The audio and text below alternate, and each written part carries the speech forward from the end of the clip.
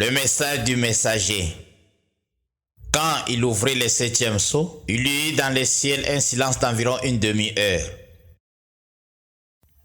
Le messager du dernier jour est ses 7 conditions.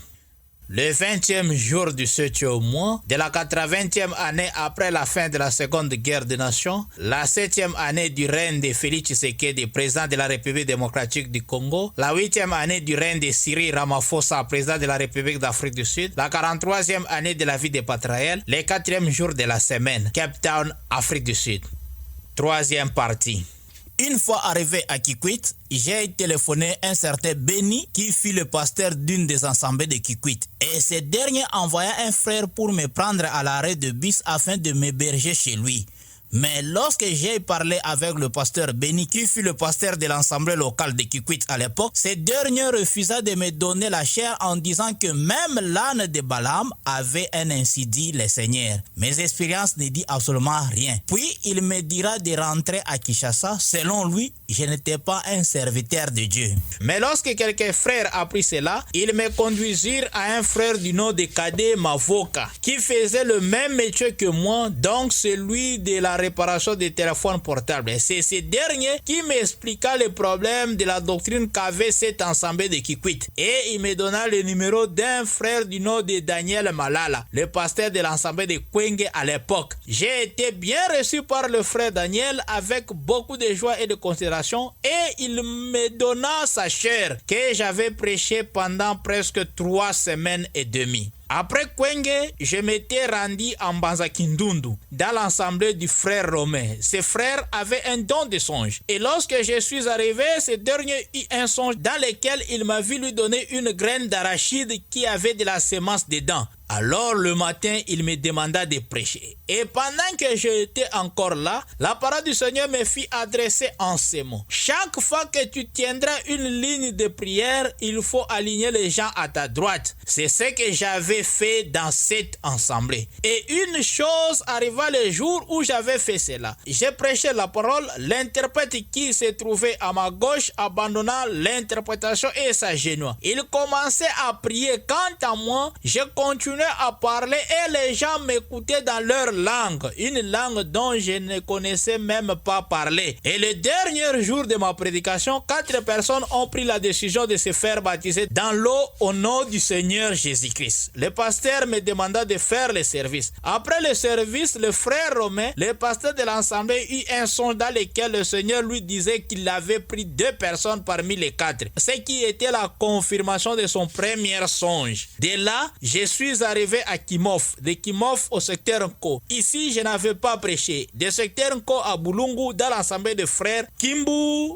Célestin, Ilunga et Kapuka qui fit un major à l'époque. L'église était conduite par un moniteur de l'école du premier jour de la semaine, suite aux désordres qui régnaient dans cette dernière. De Bulungu à Mampaya Bea chez le frère Tété, de Mampaya Bea à Carrefour, de Carrefour à Bibisir chez le frère Emmanuel, de Bibisir à Mbantam chez le frère Aaron qui travaillait avec le frère Salomon, de Mbantam au village Kalo dans le territoire d'Idiofa. J'étais arrivé dans ce village le 10e jour du 10e mois de la 62e année après la fin de la Seconde Guerre des Nations, la 7e année du règne de Joseph Kabila, président de la République démocratique du Congo, la 25e année de la vie de Patraël. Et une fois arrivé, le frère William, pasteur de l'Assemblée, me montra des lettres du missionnaire Alexis Barilé ainsi que du docteur Ewald Frank qui parlait au sujet d'un bras parfait. Ce dernier parlait au sujet du grand réveil de l'épouse en s'identifiant lui-même au cri de la sentinelle de Matthieu chapitre 25 section 6, et le missionnaire Alexis Barilé avait pris sa position. Alors, comme cette affaire d'un bras parfait avait semé de la confusion parmi les croyants du message du grand prophète Branham, les frères de Kalo attendaient mon arrivée pour que je les éclaircisse sur le sujet parce que mon témoignage était arrivé jusqu'à eux. Cela était pour ma toute première fois de voir quelqu'un qui prend le même passage de l'écriture que moi. Donc, Matthieu chapitre 25 section 6. Et ce qui m'avait profondément dérangé dans ces lettres, c'était la réponse du docteur Ewald Frank adressé au missionnaire Alexis Barélé. Il lui écrivait qu'il ne croyait pas à un réveil. Une affirmation qui contredisait à la fois ma conviction et les messages du grand prophète Branham. J'étais vraiment découragé car j'avais beaucoup de considération pour le docteur Ewald Frank. Cette nuit-là, avant de m'endormir, j'adressais ces paroles au Seigneur. Je ne sais pas quelle position à prendre dans cette histoire de Mbra. Je ne veux pas continuer mon chemin dans la confusion. Je veux que tu me réponds cette nuit. Car si jusqu'à demain, tu ne me réponds pas, je fermerai ma Bible et je rentrerai à Kinshasa pour ne plus prêcher ta parole parce que je ne peux pas marcher dans la confusion. J'étais alors totalement déterminé dans ma décision. Et pendant toute la nuit, rien ne s'était passé. Le Seigneur ne m'avait pas répondu par un songe ni par une vision. Arrivé maintenant le matin, j'ai senti tous mes sens se réveiller. Je pouvais entendre le bruit des gens qui passaient sur la route juste à côté de la maison où je passais nuit. Directement, je suis entré dans une autre dimension. Je me suis vu en train de marcher. Je me posais des questions dans le cœur au sujet de la parabole des 10 vierges. Et là, j'ai vu quelqu'un s'approcher de moi pour faire route ensemble. Il commençait à me parler au sujet de la parabole des 10 vierges dont il était question dans mon cœur. Et lorsqu'il est arrivé à la voie de la sentinelle, il me regarda en me fixant ses regards. Puis il dit, c'est un autre ministère, Patrick. C'est comme un entraîneur qui donne des ordres aux autres. Ainsi, ceux qui recevront cet homme feront des choses que personne ne peut comprendre. Et juste après ces paroles, j'ai reconnu que c'était Jésus qui me parlait. Alors, j'ai commencé à observer les détails, car son visage n'avait pas de traits stables pour être peint. Ses jambes, c'était comme si l'autre jambe était entrée dans l'autre. Il était pieds nus. Alors je lui ai demandé, les 7 sceaux sont-ils révélés? Il me répond et dit, non, tous les 6 sont révélés, mais pas le 7e. Puis je lui ai encore demandé, les 7 tonnerres sont-ils aussi révélés? Mais au lieu qu'il me réponde par oui ou non, ce dernier appuya sur un bouton d'un petit radio. Alors je commençais à écouter comme de la musique que je connaissais déjà. Puis il appuya sur un deuxième bouton pour l'arrêter. Ensuite il se tourna vers moi et dit, Patrick, peut-il interpréter ce qui vient d'être joué? J'ai dit, je ne peux pas. Il dit, c'est ce que Branham avait aussi écouté. Moïse avait donné de la manne aux gens et ils sont tous morts. Branham a fait la même chose, mais ces gens sont morts dans leur propre interprétation. Après cela, j'ai été transporté seul dans un autre endroit. Et là, j'ai vu une foule immense de personnes habillées en blanc. Ils étaient tous debout sans faire aucun geste. C'était comme s'ils attendaient quelqu'un pour les réveiller. Et je me disais, que signifie donc ceci? Et pourquoi personne ne bouge dans ces lieux? Directement, quelque chose vint et dit, c'est l'éternité. Tu n'as encore rien fait. Je me suis dit, dans ces cas, je dois toucher le sol pour faire la différence entre le siècle présent et l'éternité. Mais chose bizarre, lorsque j'ai essayé de toucher le sol avec mon index de ma main droite, j'ai vu un trou s'ouvrir à l'endroit où je voulais toucher. Et comme je descendais avec mon index, j'ai fait une chute sur place sans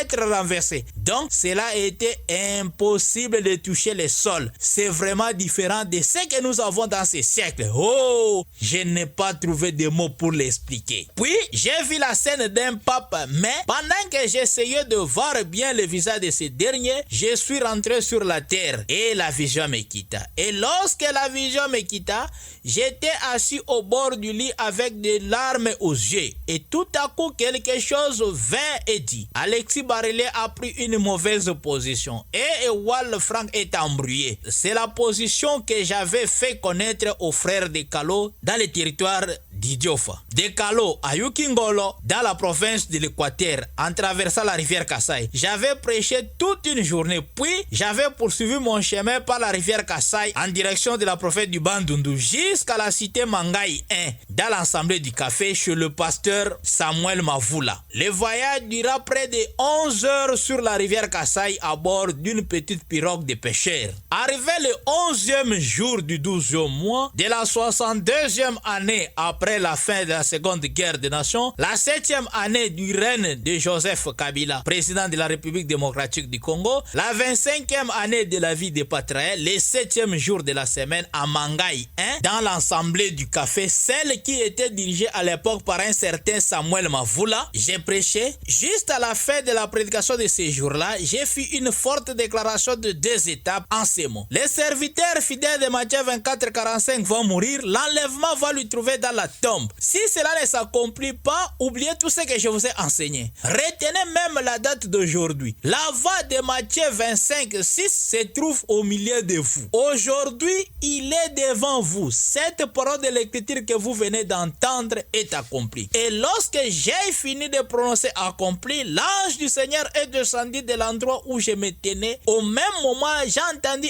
un grand cri dans la salle. Ah! C'était un frère du nom de Yoris. Il s'était projeté de la 3e rangée juste devant la chair, face contre terre. Quant à moi, j'étais paralysé par la présence de l'ange. J'étais resté avec ma main droite levée comme un monument. Le frère qui m'interprétait ce jour-là, c'était un frère du nom de Asie. Et comme la présence était forte derrière la chair, il fut aussi projeté devant la chair face contre terre. Il commençait à prophétiser. Oh là là là là là. Ça criait de partout dans cette ensemble. Ainsi, jusqu'à ce jour, je ne connais pas vraiment avec exactitude les messages donnés par le frère Asie, l'interprète. Il y avait plus de 25 témoins ce jour-là. Et lorsque nous sommes sortis, les frères me regardaient avec étonnement. Puis un des diacres de cet ensemble du café dit: ça, c'est vraiment Dieu. Regardez comment les gens sont tombés. Ils sont tous tombés face contre terre. Ce qui est la meilleure position de tomber dans la présence de Dieu. Les autres disent: oui, personne ne peut dire son contraire. Directement, je me suis adressé au diacre en ces mots: avez-vous noté les messages de la prophétie de frère Asie? Ils répondirent: nous n'avons pas pu le faire car l'assemblée était en ébullition. Les cris fusaient de partout, certains s'évanouissaient et la situation était complètement agitée. Puis j'ai vu le frère Yoris, celui qui avait crié le premier venu vers moi. Il était vraiment très joyeux et il me dit: frère Patrick, moi, je crois qu'il s'agit de toi dans la déclaration de la sentinelle que tu viens de faire aujourd'hui. Même si tu n'as point mentionné ton nom. J'ai dit: comment? Il dit: frère Patrick, moi, j'ai douté fort de la déclaration que tu faisais souvent concernant la tombe, où tu disais souvent que tu n'as pas de tombe et que tu ne vas pas mourir parce que tu partiras dans l'enlèvement vivant. Mais aujourd'hui, quand tu as fini de prononcer ta déclaration sur la voix de la sentinelle de Matthieu 25-6, une puissance est venue sur moi. Cela m'a projeté devant la chair face contre terre. J'ai crié, je pleurais, je ne comprenais vraiment pas ce qui m'arrivait. Et juste avant que le frère Asie, l'interprète, commence à prophétiser, j'ai entendu la voix d'un homme me disant: ce que tu doutais concernant la tombe, c'est vrai, il ne va pas mourir. Et la voix de la sentinelle dont il vient de vous parler, c'est bien lui. C'est pourquoi je crois sans aucun doute que tu es la sentinelle de Matthieu chapitre 25, section 6. Puis il ajouta: bien-aimé frère, je suis prêt à te servir et à te suivre partout où tu iras. Et là, il commençait à faire des éloges sur moi. Et comme je ne supporte pas cela, je commençais à me sentir mal et je me suis éloigné de lui. Cette expérience de frère Yoris est la confirmation de la vision de mon appel dans le message de Branham de la 58e année après la fin de la Seconde Guerre des Nations, la 3e année du règne de Joseph Kabila, président de la République démocratique du Congo, la 21e année de la vie de Patraël. Maintenant, sur les chemins de retour, cela était devenu un grand sujet. Tous les frères parlaient de cela sans exception. Directement, le pasteur Samuel Mavoula, qui sautait de joie, me dit: frère Patrick, moi j'aime les choses spirituelles. Oh là là là là là là, quelle atmosphère! Tout le monde était sorti de l'assemblée joyeux ce jour-là. C'était un jour unique. Le lendemain, c'était le 12e jour du 12e mois de la 62e année après la fin de la Seconde Guerre des Nations, la 7e année du règne de Joseph Kabila, président de la République démocratique du Congo, la 25e année de la vie de Patraël, le premier jour de la semaine. Le pasteur Samuel Mavoula monta à la chaire avant la prédication du matin vient et dit: oh là là là là là là, nous avons palpé Dieu hier. L'homme de Dieu avait prêché et juste à la fin de la prédication, la colonne de feu était descendue. C'était vraiment merveilleux. Il a fait d'autres déclarations pour confirmer que Dieu avait visité cette assemblée du café le 11e jour du 12e mois de la 62e année après la fin de la seconde guerre des nations, la 7e année du règne de Joseph Kabila, président de la République démocratique du Congo, la 25e année de la vie de Patriel, le 7e jour de la semaine. Après le service du matin de ce jour-là, j'étais de passage chez le frère Azi, l'interprète qui m'avait invité. Maintenant, pendant que j'ai causé avec un frère de l'Assemblée, le frère Azi est venu vers moi et dit: frère Patrick, ma femme voulait causer avec toi au sujet de ce qui s'était passé hier dans l'Assemblée. Est-ce qu'elle peut venir? J'ai répondu: oui, pas de problème, elle peut venir. Et lorsque la sœur Mbombo est venue vers moi, elle commença par ces paroles: frère Patrick, j'étais distraite pendant un petit moment. Puis j'entendis un coup sur la chair. Alors, lorsque j'ai relevé la tête, j'ai vu une colonne de feu suspendue au-dessus de toi. Et l'interprète avait élevé sa main droite. Après un moment, vous étiez tous les deux disparus. Mais une main sous forme de feu était restée suspendue au-dessus de la chair. Et comme j'avais profondément peur, j'avais perdu la connaissance. Et maintenant, pendant que j'étais faible et inconsciente, j'entendis la voix d'un homme qui me disait: cet enfant donnera le dernier témoignage de ce message. Voilà ce dont j'avais à vous dire, frère Patrick. Merci. Cette expérience de la sœur Mbombo, la femme de frère Azi, l'interprète, confirme la première vision que j'avais eue quand j'avais 2 ans et demi. Dieu est parfait. Après les commentaires de Samuel Mavoula devant son assemblée, juste avant la prédication de ce jour-là, j'avais remarqué que les gens commençaient à vouloir m'adorer. Pour empêcher cela, j'ai décidé de parler de cette expérience en la ramenant aux Saintes Écritures. Mais avant de le faire, j'ai parti voir Samuel Mavoula, pasteur de l'assemblée, afin d'obtenir son autorisation. J'arrivais accompagné du diacre Oscar et de frère Azi, l'interprète. Ces derniers étaient très content et m'autorisa à le faire, ajoutant: quand la colonne de feu est descendue hier, le Seigneur m'a dit: dis à mon peuple de lever la main afin que je puisse baptiser mes enfants du Saint-Esprit. Puis il précisa: c'est pourquoi vous m'avez vu demander aux gens de lever la main pour que le Seigneur puisse les baptiser du Saint-Esprit. Cependant, étant un grand menteur, il ajouta encore au nom de sa femme, comme Ananias et Saphira: ma femme m'a dit que hier, lorsque la colonne de feu est descendue, elle avait vu des feux comme des bougies sur la tête des gens. Donc, c'était l'effusion du Saint-Esprit. Nous devons maintenant observer pour voir si les frères ont réellement reçu le baptême du Saint-Esprit. C'était le frère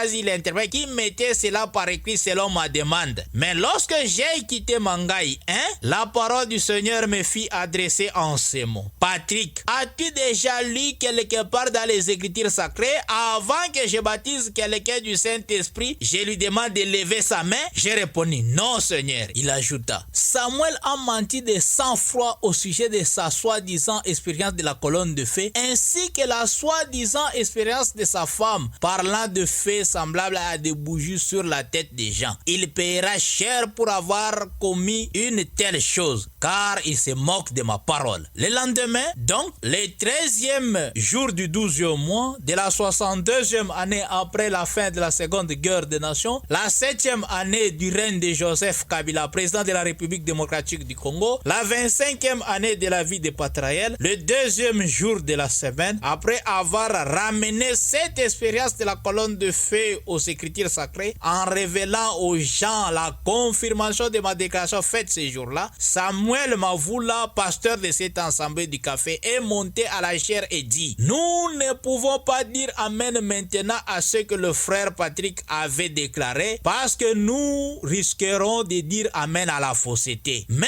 nous dirons amen seulement lorsque Wal Frank mourra et que le frère Patrick sera à la place de Matthieu chapitre 25 section 6. J'avais quitté l'assemblée étant vraiment découragé parce que ce pasteur avait dévoilé sa vraie position vis-à-vis de moi. Et pendant que j'étais découragé, j'ai eu une vision. Dans cette vision, j'ai regardé et voici Samuel Mavoula qui me pointait du doigt pendant que je passais à l'accomplissement de la prophétie de la sentinelle en disant: voici le frère Patrick, il est vraiment la sentinelle de Matthieu 25:6. Directement, je me suis vu approcher de son assemblée et là, j'ai vu des femmes prédicatrices apporter la parole dans son assemblée. J'ai dit à Samuel Mavula, comment peux-tu laisser les femmes proclamer la parole de Dieu dans ton assemblée? Il répondit, ce n'est pas moi, on m'a simplement dit de le faire. Puis la vision me quitta. Après cette vision, j'avais compris que Samuel Mavula verra la confirmation de la parole prononcée ce jour-là, mais il sera dans une mauvaise position. Puis la parole du Seigneur me fit adresser dans une autre vision en ces mots. Samuel, ne te crois pas comme étant mon serviteur. Alors, tu dois quitter ce lieu et continuer ton voyage. Maintenant, comme le frère Azi l'interprète, ne me quittez pas après cette fameuse expérience. Il s'approcha de moi et dit, merci frère, je suis vraiment heureux pour ce qui est arrivé. Qui pourrait encore douter de toi? J'ai répondu immédiatement, frère Azi, ce ne sont pas les miracles ni la colonne de feu qui empêcheront les gens de douter de la parole de Dieu. Je connais ceux qui ont cru et ceux qui n'ont pas cru. Je peux même les compter sur le doigt. Pour ton information, le Seigneur vient de me révéler que le frère Samuel ne me considère pas comme serviteur de Dieu. Et il m'a dit de quitter Mangaï pour poursuivre mon voyage. À ces mots, le frère Asi devint très triste et dit, dans ce cas, il faut aller lui parler. J'ai répondu, très bien, allons-y. Lorsque nous arrivâmes chez le frère Samuel Mavula, je lui ai dit simplement, frère Samuel, pourquoi doutes-tu de moi? Il répondit, non frère Patrick, je n'ai pas douté de toi. Je t'avais même mentionné dans ma présentation. Mais pour moi, je savais qu'il mentait juste pour se couvrir. J'avais prêché dans cette assemblée pendant presque 1 mois et demi. C'est ainsi que j'avais quitté Mangaï 1 pour Bampumulak et Nakwa. De Bampumulak et Nakwa à Ibene. Je n'avais pas prêché ici. De Ibene à Dibayalubwe. De Dibayalubwe à Ilebo. J'empruntais de nouveau la rivière Kassai et nous passâmes 4 jours à bord d'un baleinière pour atteindre le port franchi d'Ilebo dans le Kassai oriental. C'est à Ilebo que j'ai prêché mon dernier sermon de ce voyage missionnaire avant de prendre le chemin du retour vers Kinshasa. J'avais prêché dans une assemblée dirigée par un certain Bouimakom. Cet homme m'avait causé beaucoup de peine. Il m'avait d'abord laissé plusieurs jours sur le banc avant de me permettre de prendre la chair. Pendant que j'étais là, il partagea un de ses songes en déclarant, le Seigneur m'avait donné un songe avant votre arrivée. Le songe disait que 2 serviteurs viendraient prêcher ici venant de loin. Celui qui ferait un appel à l'autel serait faux et le second serait le vrai. Il faut donc être très attentif à ce dernier. Puis il ajouta, nous venons de confirmer que le premier qui a fait un appel à l'autel était un faux serviteur, comme le songe l'avait annoncé. Maintenant, c'est vous qui êtes le deuxième à venir. Donc, soyez les bienvenus. Mais après avoir prêché 2 ou 3 jours de prédication, cet homme s'opposa à la parole publiquement. Et comme son agitation ne pouvait se contenir, il finira par demander à toute l'assemblée de me livrer au diable. Alors, pendant que toute l'assemblée priait à me livrer au diable, un des diacres est venu me prendre pour me faire sortir et il m'accompagna jusqu'à la maison là où je passais nuit. J'avais encore passé plusieurs jours à attendre qu'il me libère. Pendant ce temps, j'ai commencé à parler à quelques frères qui étaient venus me rendre visite. Je leur expliquais que le messager du dernier jour devait venir après le grand prophète Branham en me basant sur les écrits des prophètes et les différentes prédications de Branham. Ces discussions prirent beaucoup de temps. À un moment, un frère se leva du groupe et dit, bien-aimé, nous croyons tout ce que dit frère Branham. Mais si tu peux nous montrer dans ces prédications un passage où il déclare noir sur blanc, sans aucune interprétation, qu'un autre messager doit venir après lui pour accomplir quelque chose comme tu viens de nous le dire, alors nous te croirons sur parole. J'ai répondu, malheureusement, je ne connais aucun passage où il est dit cela explicitement. À peine avais-je terminé que tous se levèrent comme un seul homme et dirent au revoir frère. Ils commencèrent à partir. Quant à moi, je me levai également et rentrai dans la pièce où je passais la nuit. Immédiatement, la voix du Seigneur se fit entendre. Patrick, comment as-tu manqué d'écriture pour soutenir ta révélation? Puis il ajouta, prends maintenant la révélation de 7 sceaux. Lorsque j'ai pris le livre, une voix me dit, dit, ouvre-les. Quand je l'ouvris, j'ai tombé sur la page 472. Mes yeux se fixèrent alors sur le paragraphe 67, où le grand prophète de Dieu, William Marion Branham, prophétisait en ces mots. Maintenant, nous voyons la corruption qui s'installe dans le 7e âge de l'Église. Mais le 7e sceau ne révèle rien au sujet de ce qu'il va en advenir. Voyez, c'est qu'à la fin de cet âge de l'Église, un don prophétique doit venir révéler ces choses. Voyez, vous me suivez? L'Assemblée dit Amen. Très bien. Maintenant, remarquez comme chacun de ces sceaux. Juste après avoir lu cette prophétie, j'ai sorti de la pièce en courant, appelant les frères qui étaient déjà sur le départ. Lorsqu'ils revinrent là où je me trouvais, je leur dis, vous m'aviez demandé de vous montrer dans les prédications du grand prophète Branham un passage où il déclarait noir sur blanc qu'un autre prophète viendrait après lui pour accomplir une œuvre. Je vous avais dit que je n'en connaissais aucun. Mais lorsque je suis rentré dans la pièce, le Seigneur est venu en moi et m'a donné la prophétie de Branham, annonçant explicitement la venue d'un autre prophète. Si je vous la lis, croirez-vous? Ils répondirent d'une seule voix, oui, nous croirons. J'ai dit, alors, très bien. Après leur avoir présenté cette prophétie, ils furent tous profondément surpris, comme frappés de stupeur. Mais regardant avec étonnement, l'un d'eux dit, très bien, nous devons maintenant te laisser. Au revoir. Je leur répondis, au revoir mes bien-aimés frères. Et ils s'en allèrent tous. Et maintenant, après toutes les expériences que j'avais vécues avec le Seigneur lors de ces voyages, et face à l'opposition qui entourait ma mission, car après l'expérience de la colonne de feu, j'avais été traité de tous les noms, en l'an de 10 heures de bonne aventure à un démon par ceux qui apprenaient ces événements. J'ai pris la décision de retourner à Kinshasa. Mon objectif était de présenter d'abord ces expériences aux anciens du tabernacle de Kinshasa, l'assemblée où j'ai prié à l'époque, dirigée alors et encore aujourd'hui par le frère Valentin Lumwanga, avant de poursuivre mon chemin. C'est sur ce chemin du retour que la parole du Seigneur me fit adresser que le 3e poule, c'est l'heure de l'ouverture du 7e sceau. Une fois arrivé à Mangaï 1, j'ai remarqué que beaucoup de frères ne voulaient plus de moi, y compris le frère Azi, l'interprète. Seul le frère Yoris venait vers moi avec joie et beaucoup de considération. C'était même lui qui m'avait parlé de ce qui s'était passé après mon départ. Plus tard, lorsque Samuel Mavoula arriva là où j'étais assis, il me salua froidement et dit, frère Patrick, je ne suis pas d'accord avec toi au sujet de Matthieu 25, section 6. Tu n'es pas le bienvenu ici. Tu dois même me remettre toutes les cassettes audio que tu as enregistrées, car c'est moi le pasteur de cette assemblée. Je ne répondis rien, car pour moi, c'était la confirmation de la parole de Dieu qui m'avait été adressée avant mon départ de Mangaï 1. Samuel ajouta, les enfants de Dieu ici sont bien enseignés et savent soutenir l'œuvre de Dieu. Ils vous aideront. Ce voyage missionnaire dura presque 9 mois. J'avais prêché de cité en cité, de ville en ville et de village en village. Ce fut mon premier et mon dernier voyage missionnaire jusqu'à ce jour. À mon retour de voyage, je me rendis directement chez le docteur François Kabassel pour lui raconter tout ce qui s'était passé. Une fois arrivé, je lui remis une de mes cassettes audio dans laquelle j'avais mis l'accent sur la mort du docteur Ewald Frank afin qu'il puisse l'écouter attentivement. Je lui demandai ensuite de remettre la cassette au frère Valentin après l'avoir écouté. Par la suite, j'ai consigné par écrit mes différentes expériences concernant le 3e poule sous le titre « Comment cela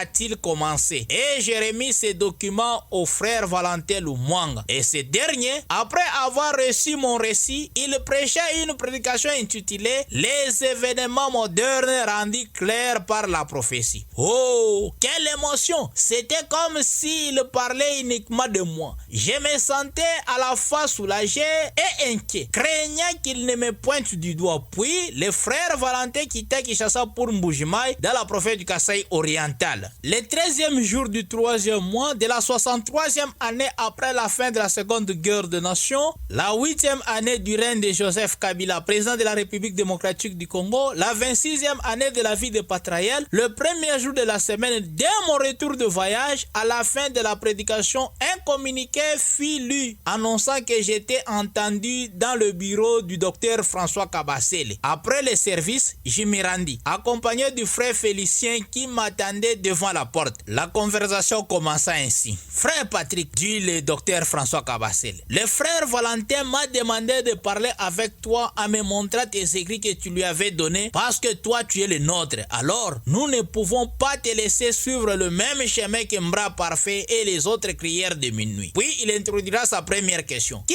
t'a d'abord parlé de Matthieu chapitre 25 section 6? J'ai dit, c'est le Seigneur. Il dit, comment? J'ai dit, c'est la même voix qui m'avait dit que le message de Branham est vrai. C'est cette voix qui me parle souvent. Il dit, dis-moi, l'ange qui t'a parlé de Matthieu chapitre 25 section 6 était comment? Je disais, je ne saurais l'expliquer. Il dit, dans cette assemblée, il est de quelle taille? J'ai répondu, c'était Jésus. Il était de taille moyenne comme le frère Adolphe Chibanda. Il dit, c'est exactement comme Branham l'avait aussi dit. J'ai répondu, ses deux jambes semblaient comme si l'une entrait dans l'autre et il était pieds nus. Il a dit ça. C'est exact. Cela concorde parfaitement avec l'expérience de Branham. Puis il ajouta, mais le problème c'est le deuxième ange. C'est lui qui t'a dit que le docteur Ewald Frank allait mourir. J'ai répliqué, ils ne sont pas deux. Ils changent simplement d'apparence. Mais c'est toujours la même voix. Celle qui me parle depuis mon enfance. C'est cette même voix qui m'avait révélé que le message de Branham est la vérité. Donc, si vous dites que mon expérience est fausse, alors le message de Branham serait aussi faux. À propos de la mort de Ewald Frank, avant que je quitte la capitale pour la province du Bandundu, j'avais eu une vision dans laquelle j'avais vu Branham dans le lieu du repos et Ewald Frank dans un autre lieu. Ensuite, je m'étais vu sur la terre avec un livre de questions et réponses. Cela signifie que Ewald Frank va mourir et c'est moi qui va rester avec la charge. Il dit, tu as mal compris ta vision. Ewald Frank ne mourra jamais. C'est lui le ministère de l'épouse. Il ira avec nous dans l'enlèvement vivant. Puis il ajouta, le problème avec toi, c'est parce que tout ce que tu vois, tu dis que c'est le Seigneur qui te l'a dit. Ce qui n'était pas le cas avec Branham. Toi, tu es un prophète d'Éphésiens 4. Alors, si tu vois une vision, tu dois d'abord nous la porter avant de dire quoi que ce soit pour être jugé. Ensuite, tu peux maintenant la prononcer. Après cela, il commençait à se moquer de moi et dit, donc toi, avant de croire quelque chose, tu dois d'abord attendre que l'ange qui te parle puisse te dire que c'est la vérité. Directement, j'ai entendu un bruit qui entrait par la porte du bureau.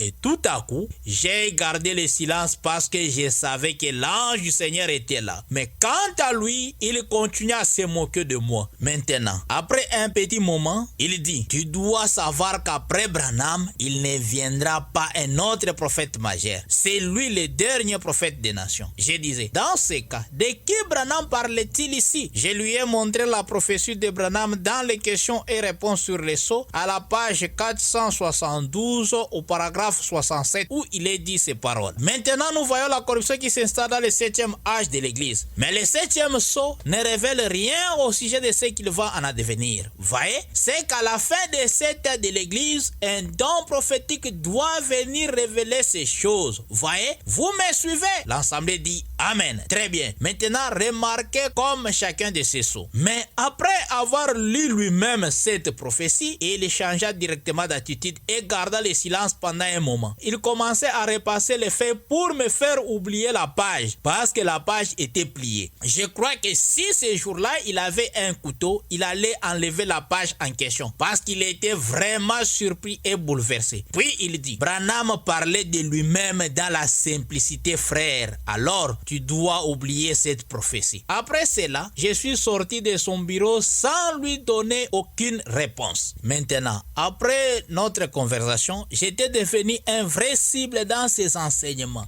Il m'avait traité de tous les noms allant de celui des diseurs de bonne aventure jusqu'à celui des démons. Alors, je m'étais décidé de rester à la maison pour ne plus être blessé par ces humiliations et autres choses du genre. Mais pendant que je me demandais pourquoi je suis la seule personne qui croit ces choses dans les assemblées du message de Branham, la parole du Seigneur me fit adresser en ces mots. Tu n'es pas le seul qui croit cela. Valentin aussi te croit. Alors ne fais pas attention à son silence. C'est un témoin choisi. Deuxième condition. Il doit venir avec le double de ce qu'avait le grand prophète Branham au temps de la fin. Comme dans le cas du grand prophète Élie et d'Élisée. Parce que l'ordre de Dieu, c'est du plus petit au plus grand et non le sens contraire. Cela doit être un grand prophète du genre du grand prophète Élisée avec le double de ce qu'avait le messager de Malachie au temps de la fin. Cela signifie que son message doit être plus profond et plus exigeant que celui de Branham. Il ne peut en aucun cas s'agir d'une simple copie, comme ce fut le cas de certains qui se prétendaient prophètes à l'époque de l'âge de l'église de la Odyssée. Son message doit être celui du rétablissement de toutes choses, car le ciel doit retenir Jésus-Christ jusqu'au temps du rétablissement de toutes choses, comme l'avait annoncé autrefois le Seigneur par la bouche de ses serviteurs. Donc, le rétablissement de toutes les années qu'ont dévoré les organisations, les credos, les tonneristes, les franquistes, les gracistes et tous les ismes sortis du message du temps de la fin, la grande armée que le Tout-Puissant avait envoyée contre vous, afin que vous appreniez à ne plus jamais interpréter sa parole. Car Branham le prophète avait prophétisé en ces mots. Un de ces jours paraîtra un prophète qui prêchera la parole originelle de Dieu. Vous parlez de moi qui vous parle du port des cheveux coupés ou quelque chose comme ça. Attendez que vous entrez en contact avec lui. Attendez que vous l'écoutiez. Vous pensez que je suis dur vis-à-vis de l'organisation. Attendez qu'il apparaisse. Il restaurera toutes les années que le gazam a dévoré. Ce sera un message qui sortira. Un super signe, traduction Shekinah Publication, du 24e jour du 5e mois de la 16e année après la fin de la Seconde Guerre des Nations, la deuxième année du règne de John Fitzgerald Kennedy, président des États-Unis, la 53e année de la vie de Branham, page 22, paragraphe 64. Puis, dans l'union invisible de l'épouse de Christ, prêché le 14e jour du 11e mois de la 19e année après la fin de la Seconde Guerre des Nations, la deuxième année du règne de Lyndon B. Johnson, président des États-Unis, l'année du règne de Joseph Désiré Mobutu, président de la République du Congo, l'année de la mort de Branham, le 5e jour de la semaine, 29 jours avant la mort du grand prophète Branham, il prophétisa en ces mots. Mais observez, quand l'épouse spirituelle, quand elle commencera à avoir un réveil, quand elle commencera à revenir, à s'aligner sur la parole de Dieu, alors observez de nouveau. Vous voyez, les Écritures, à ce moment-là, il y aura un message qui se répandra. Pour atteindre cette femme, le lit, l'union invisible de l'épouse de Christ, traduction La Voix de Dieu, page 9, paragraphe 49. Et autre chose, comme le grand prophète Branham avait reçu deux signes particuliers au temps de la fin, dans l'âge de l'église de la Odyssée, ce messager du dernier jour, celui du troisième poule, doit nous présenter le double. Le double de 2, c'est 4. Par conséquent, il doit forcément nous présenter 4 signes particuliers pour confirmer son ministère. Et comme l'étape qui vient après le 7e âge de l'église et le troisième poule, les poules qui ne seraient jamais imitées, ces 4 signes doivent être aussi inimitables. Amen. Alors je crois qu'il serait important que je vous parle de mon expérience de 4 signes inimitables que j'avais reçus depuis le 5e jour du 6e mois de la 71e année après la fin de la Seconde Guerre des Nations, la 16e année du règne de Joseph Kabila, président de la République démocratique du Congo, la 34e année de la vie de Patraïel, le 2e jour de la semaine, afin de répondre à cette deuxième condition importante. En fait, à cette date précise, j'avais eu une grande vision. Et lorsque juste cette vision, il me sembla que j'étais à Kinshasa, la capitale de la République démocratique du Congo, dans la commune de Kalam. Et pendant ma vision, je me trouvais sur Elengesa, à proximité du marché Mariano. J'ai levé les yeux, j'ai regardé vers le nord et voici une étoile fit tomber du ciel sur la terre sans causer aucun dégât. Et là, je me mis à courir pour voir quelle est cette grande vision et pourquoi l'étoile n'avait pas causé de dégâts énormes. Maintenant, pendant que je m'approchais, j'ai entendu à l'Occident de mon cœur qui disait « Ça a toujours été ainsi depuis le commencement de la création. et cela n'a rien changé. Et juste après ces paroles, j'ai vu l'étoile qui était tombée du ciel sur la terre changer de forme. Elle était devenue comme une ombre et là, elle commençait à se diriger droit vers moi en toute vitesse. Et lorsque cette dernière toucha mon pied gauche, j'ai été élevé. J'ai commencé à monter au ciel comme dans un tourbillon. Mais pendant que je montais dans les airs, j'ai crié: oh, c'est ce que j'attendais. Merci Seigneur. Aussitôt après avoir dit ces paroles, je me suis vu entrer dans une grande pièce par-dessus en volant. Elle était construite en matériaux durables avec des murs en poussière, ce qui prouvait que c'était une vieille pièce. Oh là là là là. Tout était vraiment calme dans cette dernière. C'est la pièce la plus sécurisée que j'ai jamais vue dans ma vie. Et je crois être le premier homme parmi ceux qui sont nés de femmes à faire son entrée dans cette dernière. Maintenant, pendant que j'étais encore dans les heures en train de voler, j'ai baissé les yeux dans la pièce, j'ai regardé et voici, il y avait un être qui ressemblait à un être humain. Et dans cette pièce, il jouait le rôle d'un huissier. Et lorsque ce dernier m'est aperçu, il me montra au mur du nord avec son doigt une clé qui était accrochée au mur que je devrais prendre avant de faire ma descente dans la première pièce. Car c'était le seul moyen de prendre la clé qui ouvre la